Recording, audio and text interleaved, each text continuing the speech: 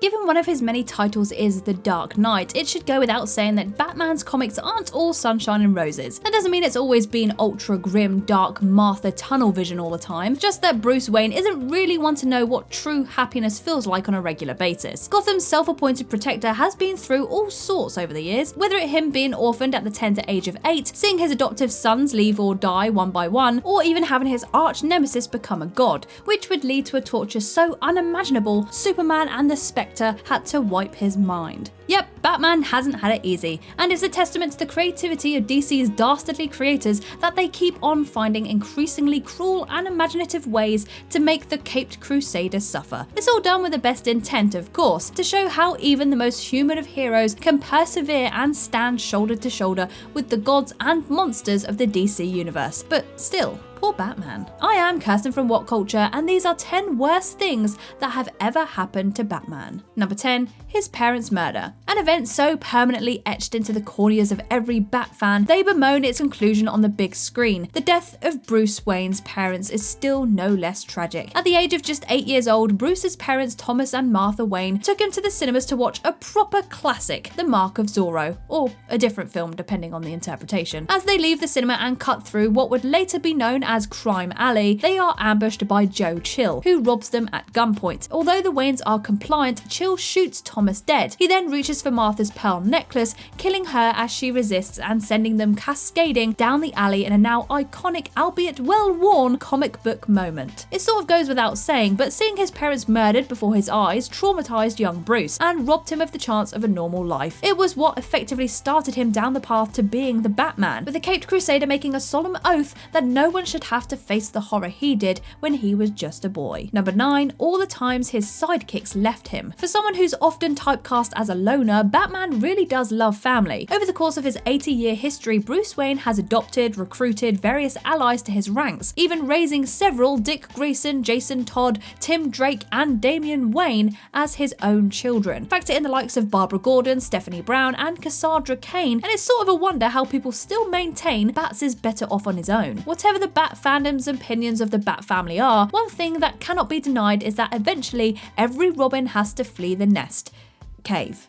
Thing. Just as any parent can usually expect their child to leave the house when they're older, so too has Batman had to brace himself for the day his sidekicks leave for good. Only these departures haven't always ended on good terms. The post-crisis version of Dick Grayson leaving Batman came about in the story Did Robin Die Tonight? In it, the Joker wounds Robin with the world's media looking on, with many speculating that he's died. Bruce, sensing his arch rogue is getting more and more dangerous by the day, opts to use the opportunity to get Dick to abandon the Robin identity, an idea that the young Grayson obviously doesn't warm to. Cue Dick leaving to join the Teen Titans before eventually becoming Nightwing. It's one of the best arcs a comic book character has ever gotten. Of course, there are some other versions of how this went down. Batman, the animated series, shows Grayson laying Batman out in one punch on his way to become Nightwing. Although, again, there are worse ways to part with your guardian. Number 8, seeing his sons die twice. Death in the Family / Batman Inc. If losing your parents to gun violence was bad enough, then imagine losing 2 of your young sons at the hands of some of your worst enemies. Jason Todd and Damian Wayne may have each mounted miraculous comebacks from the dead, but there's no denying how each demise took a toll on Batman. With Jason, Bruce had been trying his best to steer Todd away from his more violent tendencies. In the run-up to A Death in the Family, DC had left the door open as to whether or not Todd had murdered a villain in cold blood. Around this time, it was also decided that readers would get the chance to vote on whether or not Jason would be killed by the Joker. Although narrow, the vote to kill Todd won out in the end, despite claims that one particularly enthusiastic reader may have cheated the system by using an auto-dialer. Damian, on the other hand, may have had one of the best arcs in Batman history. The biological son of Batman, raised by Talia al Ghul, Damian was originally designed by writer Grant Morrison to be a bratish child who'd grate on the reader. Eventually, through the loss of Bruce, Damian would learn the true value of Batman and Robin's legacy, becoming a valued addition to the group. And then Morrison had him killed by his evil genetic clone in Batman Incorporated. Oh, and he was also 10, so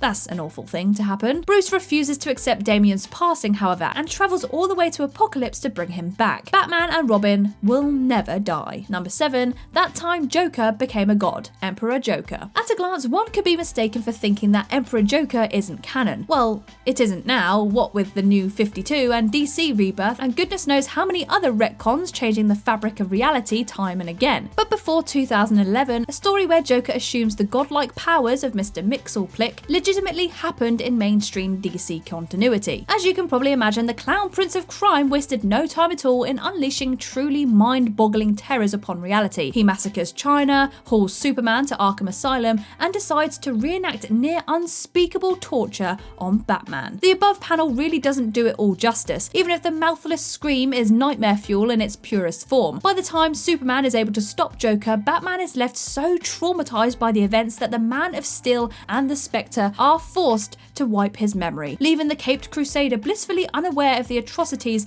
the Harlequin of Hate had committed. Number 6, getting murdered, sort of, by Darkseid. Final Crisis. Grant Morrison's Batman is kind of the best, whether he's busy fighting his way back to sanity in Batman R.I.P. or living on as a legacy embodied by Dick Grayson and Damian Wayne in Batman Reborn. There's also Final Crisis, an epic 2008 event where Morrison pitted the universe's heroes against a newly reborn Darkseid, now in possession of the anti-life equation, and some gnarly cosmic vampires who used to be a part of the Monitors. It's big, balmy, and suitably epic, and it also happens to feature Batman's most badass moment, both on and off the page. Final Crisis starts off with the murder of a new god, specifically Orion. This is a big deal as new gods aren't ones to typically die, they're near enough immortal, so it's down to Batman as the world's greatest detective to crack the case, with the Green Lanterns also heavily involved in the investigation. Together they discover that Orion was murdered by a radiant bullet, which is an important detail as it's the only mortal weapon the League could use to defeat Darkseid. And so, after being captured by Darkseid and resisting days of torture, Batman procures the firearm that killed Orion, loads it with another bullet made of radion, and points it at Darkseid. There, the Dark Knight explains coolly and with full acceptance of what will follow why he's breaking his one rule, leading to Darkseid threatening that Bats will be too slow to pull the trigger before he's killed by his Omega beams. Batman responds with 2 words: try me. Bats pulls the trigger and mortally wounds Darkseid, but he's blasted to smithereens just like the Lord of Apokolips promised. This later turned out to be a big excursion to the past for Bruce, which led him to fighting his way through time back to the present. Still, while being stuck in the past isn't as bad as death,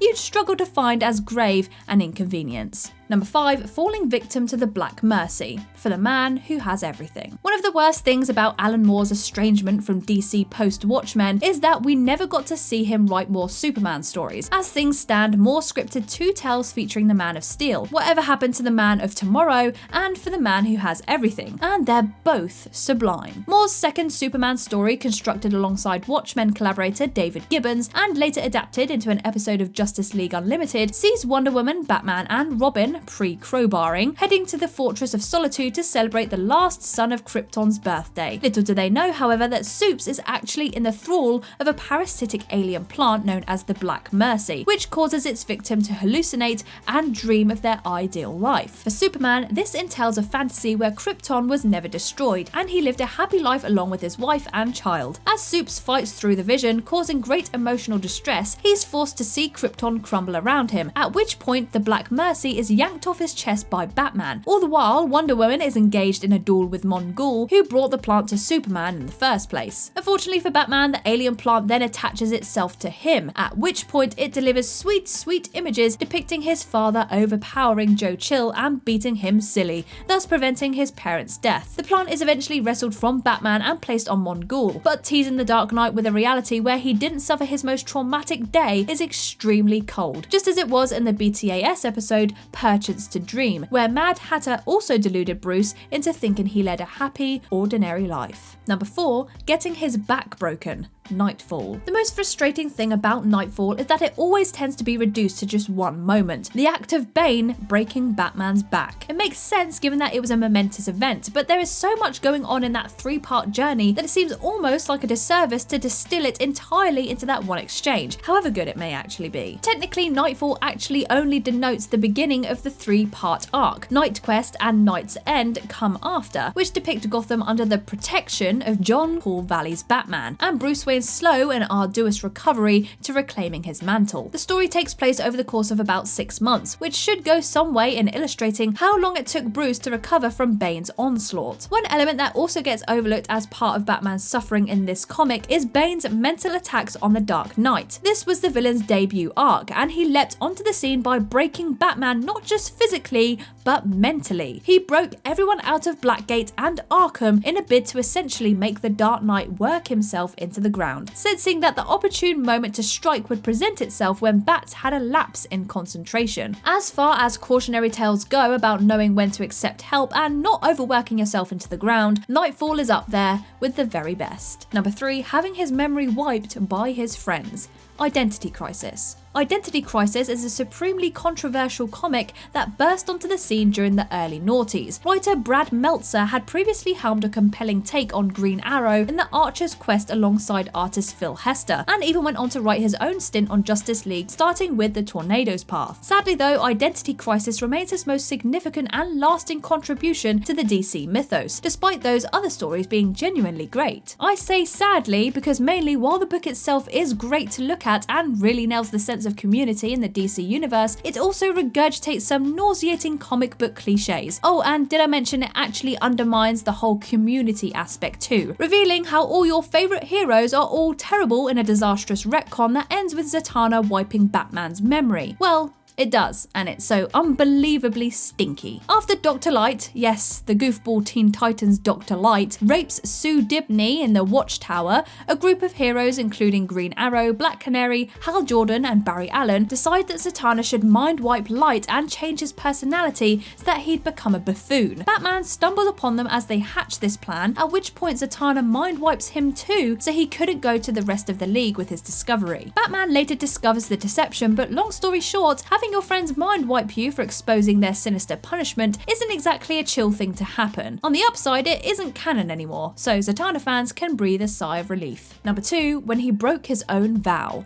Batman Beyond. Batman Beyond shouldn't have worked. The idea of transplanting Batman to the future with a teenager in the suit sounds like the exact kind of nonsense cooked up by Lindsay Naegle if she were given the keys to make the Dark Knight bizarre. Thankfully, Batman Beyond ended up proving everyone wrong, providing fans with one of the most exciting and indeed compelling takes on the character ever committed to print. Once again assembling the dynamic minds behind Batman the Animated Series, Bruce Timm and co ensured Batman Beyond pushed boundaries and made sure that was clear from the off, even from the intro. In a series about a Batman who isn't Bruce Wayne, one question must be answered. Why did he stop being Batman? Beyond's answer is soaked in tragedy, showing a 50 to 60-year-old Wayne as he suffers a heart attack in the line of duty, leading to the heartbreaking moment where he's forced to pull a gun to defend himself from a would-be attacker. The moment is rendered in heartbreaking detail, as Bruce immediately rips off his mask and stares in horror at the weapon he just brandished, one he'd vowed never to wield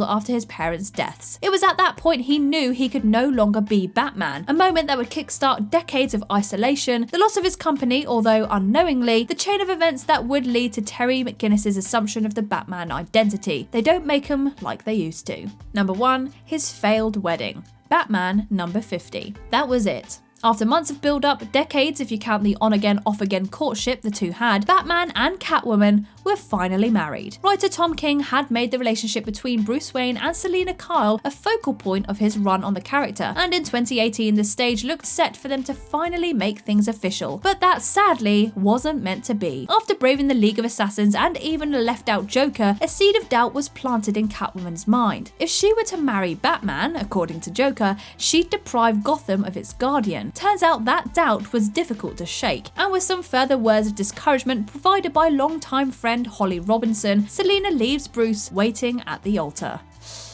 Yikes. The same issue reveals that it was none other than Bane who was behind the plan to call Bat's wedding off, it being step 1 in a multifaceted revenge scheme that proves the villain has way too much time on his hands. What came next was nothing but misery for Batman, with him brutalizing Mr. Freeze without any due process, seeing Nightwing get his head blown to bits by KG Beast, shaving his head and changing his name to Rick, Bane taking control of Gotham, and then even poor Alfred getting his neck broken after Damian gets taken hostage. It's been a horrid time, to put things lightly. Here's hoping Bruce and Selina can bounce back in King's new Batman/Catwoman series, set to release later this year.